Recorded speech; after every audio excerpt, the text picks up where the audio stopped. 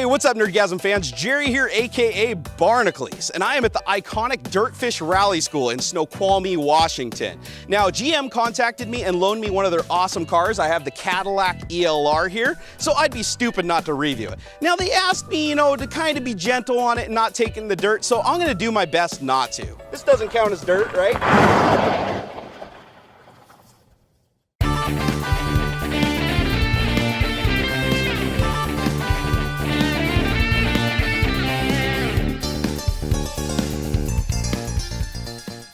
All right, guys, here we have it. It's the 2014 Cadillac ELR. Now, this is basically the big brother to the Chevy Volt, which I already own, and my wife absolutely loves this car. The car itself has an electric power plant in it that powers the drivetrain with 2 electric motors producing 207 horsepower and roughly 299 foot-pound torque. So it's not a slouch. Unlike a conventional car, these cars are always running off of electric. The gas-electric hybrid system, the motor is basically just a generator that provides power and works in concert with the batteries. This particular car only has a 1.4-liter Ecotec engine in it, producing 84 horsepower. It doesn't seem like a lot, but when you couple that with the battery and them working together off of the charge, it produces a lot of power. Now, the car isn't by any means lightweight. The car itself weighs over 4,000 pounds, which is, pretty beastly weight, but you'd never know from driving it. It actually handles like a dream, and it's a very, very smooth experience, which you'd expect from a Cadillac. Now, I wouldn't exactly call this a fast car. It's 0 to 60 time at 7.8 at best when you're using both the gas engine and the batteries to power the electric motor. If you're just running off pure electric, it's going to be 8.5 seconds. However, it will do the quarter mile in 15.8 seconds, whereas that isn't super fast, it isn't exactly slow. All right, well, now you guys have heard all the numbers, but you know what? Really, none of that means anything. What we really need to do is get in this thing and actually drive it, because at the end of the day, the numbers don't matter, it's the experience. So let's get to it. Now, I've been driving this car for 4 days. It's actually been my daily driver, and I've been enjoying every minute of it. The coolest feature about a car like this is that the first 37 miles of range are just off electricity. So you plug your car in every night, it charges up, you drive it. As long as you only drive 37 or less miles a day, you're not burning a drop of gas. But if you do need to go further than 37 miles, you can actually use the gas generator, and that can extend your range to up to 340 miles. Now, another thing that's really cool is because if you're driving under 37 miles a day or not that much over it, you're not running the gas-powered motor that much in the car. And because of that, you save a ton of money on oil changes. Like, for instance, my wife's Chevy Volt. We've owned it for over a year, and we still haven't come up on its first oil change. Now, one of my all-time favorite features on this car after driving it for 4 days is these paddles behind the steering wheel. All you do is you pull on the paddle like you're going to downshift, and it slows the car down like you did actually downshift. It's actually really, really cool. And it decelerates the car rapidly without you having to put your foot on the brake. But the best part about it is you're not just slowing the car down, you're putting that power back into the batteries. So you're actually making your driving more efficient, and you get to play a part in it, which is really cool. Now, where this really shines is when you're coasting down steep hills. Like, I'm about to hit a pretty steep hill right now. All I have to do is just touch this little paddle on the back of the steering wheel, release, touch it again, release, and the car, I can keep the car at a relatively constant speed, and I can look at my gauges, and my gauges say I'm putting 44 kilowatt hours back into the battery, or 44 kilowatts of power during the time that I'm holding that paddle. And so you're helping to increase the range of the vehicle. I think that's really cool. And the other thing is the brakes in this car feel like real brakes.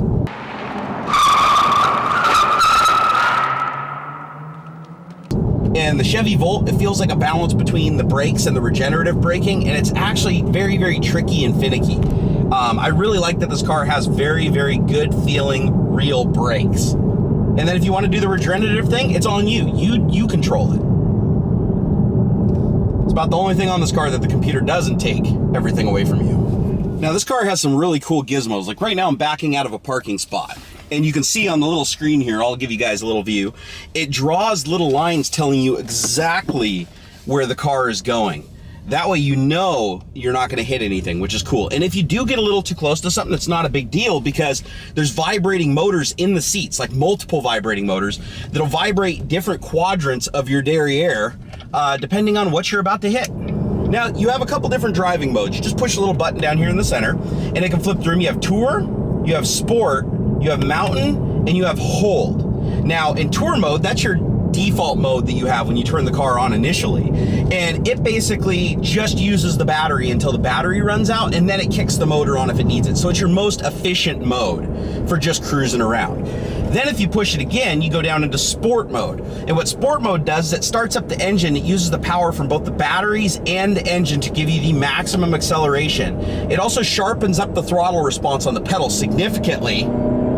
Yeah, it puts you back in your seat pretty good. Now, if you go into mountain mode, what mountain mode does is if you're going up a bunch of hills and down hills and everything like that, it tries to use as little battery as possible to conserve your charge so that when you get into town and stuff like that, you can use your battery where it has the highest impact. Stop and go traffic, flat ground, things like that. And then finally, you have the hold mode. And what the hold mode does is say, don't use the battery, like use it bare minimum, use the battery, just use the motor so that you can conserve your battery power for as long as you want. Basically, keep your batteries topped off for as long as you're ready to use them. Now, as you'd expect in a car like this, everything on it's pretty much automatic. It has automatic high beams. They click on and click off when cars approach you, so you don't have to worry about that. If it rains, it has a rain sensing windshield, so the windshield wipers just come on and go off. Now, optionally, you can control all that stuff if you'd like to, but the car will take care of it for you. It'll even turn your headlights on when it gets dark. And all of those settings are configurable through the Q system. Now, Cadillac Q is a little bit of a combination of voice-activated controls, hand gestures, and actually this capacitive touchscreen here and all the controls. It's basically, they all work together so that you can control the car with the minimal amount of interaction possible. Like for instance, if I want the menu to show up on the screen, all I have to do is swipe my hand in front of it like this, and the menu options will show up at the top of the screen. Otherwise, they go away so that you get more screen real estate for, you know, looking at other things. Also, there's a voice command system, but I'm gonna be honest with you, I found it to be very, very laggy and inaccurate. So the voice control, I actually wasn't too impressed with. Here, I'll give you an example. Command, please. Tune radio to 106.1 FM. 106.1 FM, correct? Yes. Now notice, it did get it right, but it took 5 seconds for it to respond back. That's really annoying because every time it gets something wrong, that's 5 more seconds you have to wait. The car also has absolutely no problem climbing hills. That's what I love about that electric high torque motor is you're going up a hill, this is a 4,000 pound car, you'd never know it by how it responds. Now, where the voice system kind of fell short on this car, I found that Onstar actually worked brilliantly. Connecting to Onstar. This call may be recorded for quality purposes. Thank you so much for calling Onstar. This is Jaleesa. How may I help you? Yeah, can I get directions to the closest Starbucks? You sure can. Now, before I done with these directions, is there anything else I can do for you today? That'll be it. Thank you. You're welcome. You have a wonderful day, and thanks so much for using Onstar. You too. Destination is being sent to your vehicle. When safe and appropriate, press the Go button and follow the instructions on your navigation screen to begin your route. Your OnStar call has ended. Goodbye. You can call them and get them to do just about anything, like answer questions, give you directions. They can download them right to the navigation on this thing. And the nav is great. Once you get the address actually programmed into the navigation, it shows you right on the gauge cluster where to turn, and it gives you a little bar that tells you how close you're getting to the turn. And then it shows you the map on the screen in the center. So the combination of all those things make the navigation absolutely amazing. I just found trying to put directions in vocally didn't work very well for me. So I just hit the OnStar button, called those guys up, and they took care of it for me. So the car has dual zone climate controls. You can adjust the temperature that's coming out of your vents, and the passenger can change theirs independently. The seats also are heated, and you can change those to auto or put them on whatever mode you want, and the steering wheel can even be heated with the touch of a button. It heats up really fast too, I was surprised. Now, as you'd expect on a car this expensive, everything on it's automatic. It's got radar guided cruise control, so you can basically just lock onto the car in front of you, push your button, and you just match their speed. It's that simple. They slow down, you slow down. They accelerate, you accelerate. It's actually quite cool. It also has lots of warnings on it too. If somebody's coming up on your left or right when you're attempting to make a lane change, you'll get a visual indicator in your mirror, and then if you try to change lane and there's an obstruction there, you'll get a vibration in your seat that'll remind you really quick to steer back. Now, I'm gonna be honest, while I was test driving this car, It actually saved me once because I was doing a lane change because I wasn't used to the visibility out of this corner window back here. And the indicator definitely let me know that there was a car there, and I immediately swerved back into my lane and the guy went bolting by me. I would have clipped him. Now, speaking about safety features, this thing has more airbags in it than a hot air balloon convention. It's truly remarkable how much technology is on this thing. And even after driving it for 4 days, I'm still discovering new things. Now, you can also sync your cell phone up to it and use Siri through the microphone in the stereo system. Now, of course, you can issue it navigation commands also, but it can't download the navigation commands here. So what I found is I would tell Siri to give me directions, then I would just hand type them into the nav. And that seemed to be my best solution. Now, you might actually have a better experience using the voice commands, because I know sometimes these things are finicky about voices, but I just find that my iPhone is much faster to respond. It gets the commands right more times than this system did. But aside from that, I noticed that the actual controls here for going through your radio and your phone and your navigation, it's actually really snappy on screen when you're touching everything. So that's awesome. That's what I would expect. But the voice command stuff, I'm not really sold on it. Now, pretty much everything's at your fingertips too. Let's say you don't want to mess with the screen here. You can actually use these little levers and hold them sideways to select, and you can go down to your phone, you can go down to the radio, you can select the radio, you can tell it which station you want to tune into. So the XM works really cool, and I love that it shows everything that you need to see in the center of the gauge cluster. And you can even change the gauge cluster too, so you can even hold over to settings, go down and say, I want a different gauge, and you can switch between 2 classic modes and 2 modern modes. And the classic modes actually give you a dial like a conventional car that shows you like 0 to 100 and so on. Or you can do the modern mode where it just shows you the digital, or a combination of both. That's pretty cool. I like the whole configurable heads-up display. That is awesome. Again, I'm going down a hill, just using that paddle to slow me down, putting massive power back into my batteries. I love it. But yeah, the navigation's good. This is the most comfortable place I've ever been. You have leather everywhere. You have this like suede leather up here on the pillars, leather on leather. You have a carbon fiber, you have wood. It's awesome. And the seats are the most comfortable seats I've ever sat in. These leather seats are so adjustable. You have like a 2-way lumbar adjustment. You can tilt it like this. You can go up and down, back and forth. And best of all, once you get all your settings, and you can even move the steering column. Look at this. The steering column freaking moves. It freaking moves. Up and down and in and out. So once you get that dialed in, you can just push a little button over here on the door and save your settings. And then every time you get into the car, all you do is open the door, push that button, all your stuff goes back. Your radio stations, all your preferences, where the wheel sits, where the seat sits, everything. I had my wife try it out. She really liked it because she's a lot taller than me. So she sets up everything completely different. All I do is push that button, all my mirrors, seat, everything go back to where they're supposed to be. Every single car should have that. Okay, now if all those gadgets weren't James Bond enough for you, this will give you an idea of just how much effort they went to put electronics on everything. Look, this is the cup holder, right? You pull on it, motor takes over. You push it the other way, it closes. You can even stop it halfway and just play ping pong with it. And you want to store your sunglasses or contraband? Just touch under there. This door flips up. You got a big, huge pocket in here with a USB port, so you can put your cell phone in there and charge it and everything while you're driving. And just touch here and it closes. I completely found that by accident. You also have LED lights here. You have LED headlights, which I think are really, really cool. I've never had the visibility in any other car than I've had in this thing. It's been absolutely amazing. Now, as far as the people sitting in the back, they're really comfortable seats, but I'm not gonna lie, there's no leg room in the back. You know, you gotta have some pretty thin legs to fit back there, or have like some very short people driving up front. Now, one of my favorite features on this car is the stereo. It sounds fantastic. Let me go ahead and switch over. I'm gonna go ahead and just play some music off my iPhone. It's sunk up, it automatically finds my library. All right, let's turn it up. The bass sounds fantastic. You guys probably aren't gonna be able to tell because of my crappy audio equipment, but it's got a huge subwoofer that you can see through the back window. It shakes all the mirrors. It's awesome. It's like having an aftermarket stereo system. It also has a very quiet ride, and as you'd expect from a Cadillac, it's a comfortable ride. It's very, very smooth, a lot smoother than the Volt, a lot quieter than the Volt, and best of all, it handles phenomenally. Even when we had it on some questionable surfaces, it actually handles really, really well. I let my wife drive it the other night, and she came back and she wanted to trade her Volt in for it because she said it handles fantastic. She said compared to the Volt, it handles so much better. And I'd have to agree with her. In cornering and stuff like that, it feels much more solid. You feel much more connected with the road. So in a nutshell, guys, I really, really have fallen in love with this car after driving it for 4 days. I honest to God, hand on heart, wish that I could keep it, but unfortunately I can't.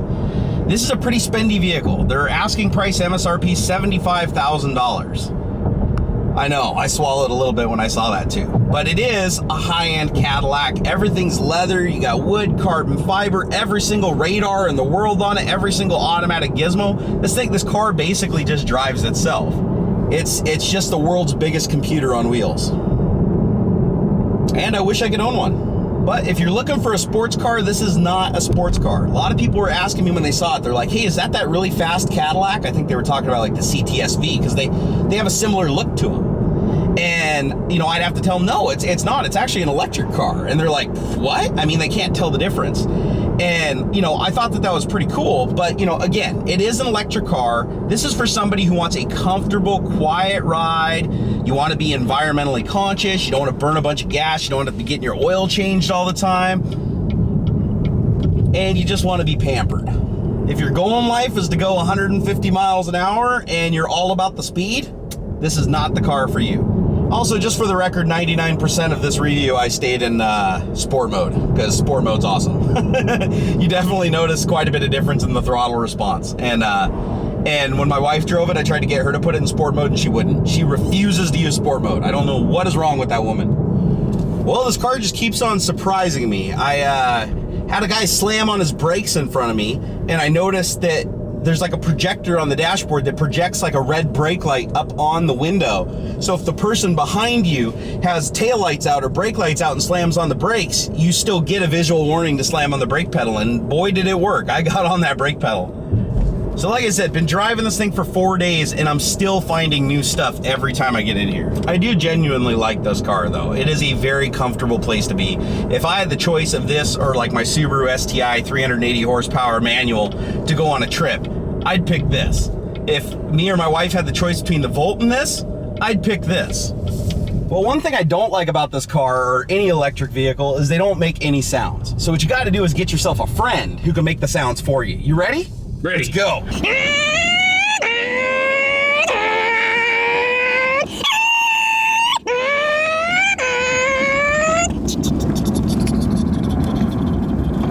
We're on dirt.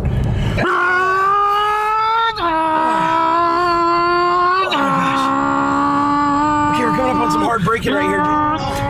Oh, sound effects make everything better. Okay.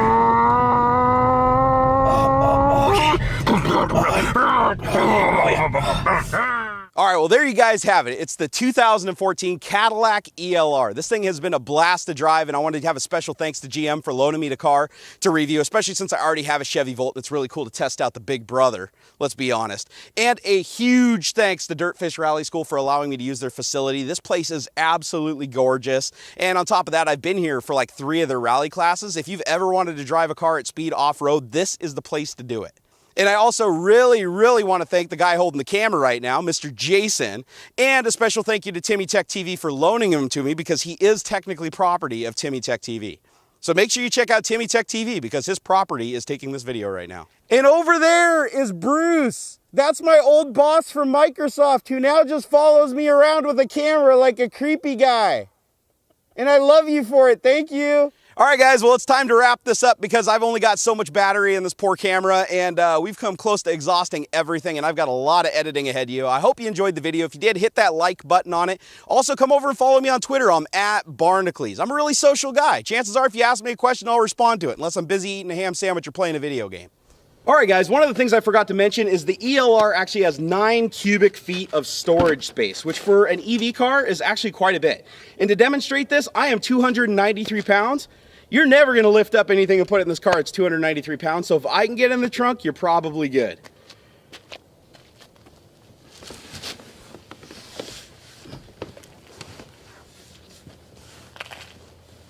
Can I get somebody to close that door for me?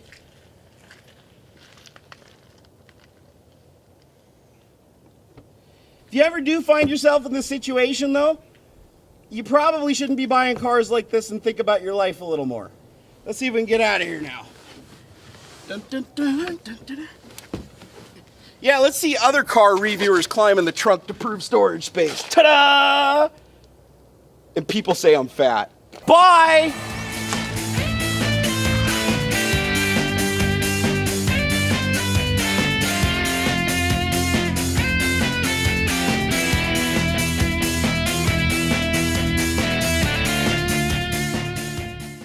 Okay guys, I hope you enjoyed this video. Please take a moment and subscribe to my channel. It helps me a lot. Also come over to Twitter. I'm @Barnacles. I'm a real social guy. Also, if you have a couple of minutes, check out some of these many other videos.